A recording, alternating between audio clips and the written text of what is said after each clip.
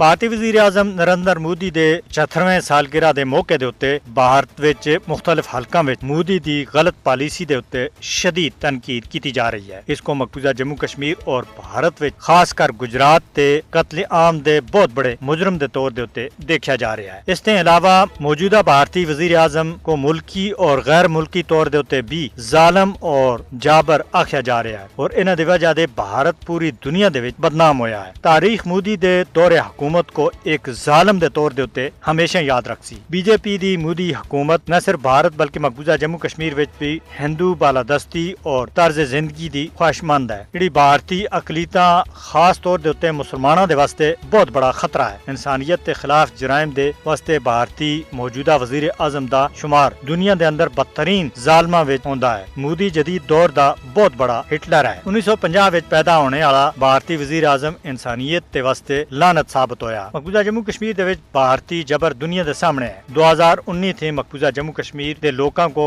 घरां दे विच बंद रखा होया है और मकबूजा जम्मू कश्मीर को एक जेल दे विच बटा के दा है। मोदी हुकूमत के खिलाफ बंद बदने दी अशद जरूरत है, वरना इस खित्ते को बदअमनी दे कोई भी नहीं बचा सकता। इसकी हुक्मरानी न सिर्फ जनूबी एशिया बल्कि पूरी दुनिया दे अमन दे वास्ते बहुत बड़ा खतरा बनती जा रही है। इस वास्ते दुनिया को भारतीय मोदी हुकूमत को लगाम देनी होसी।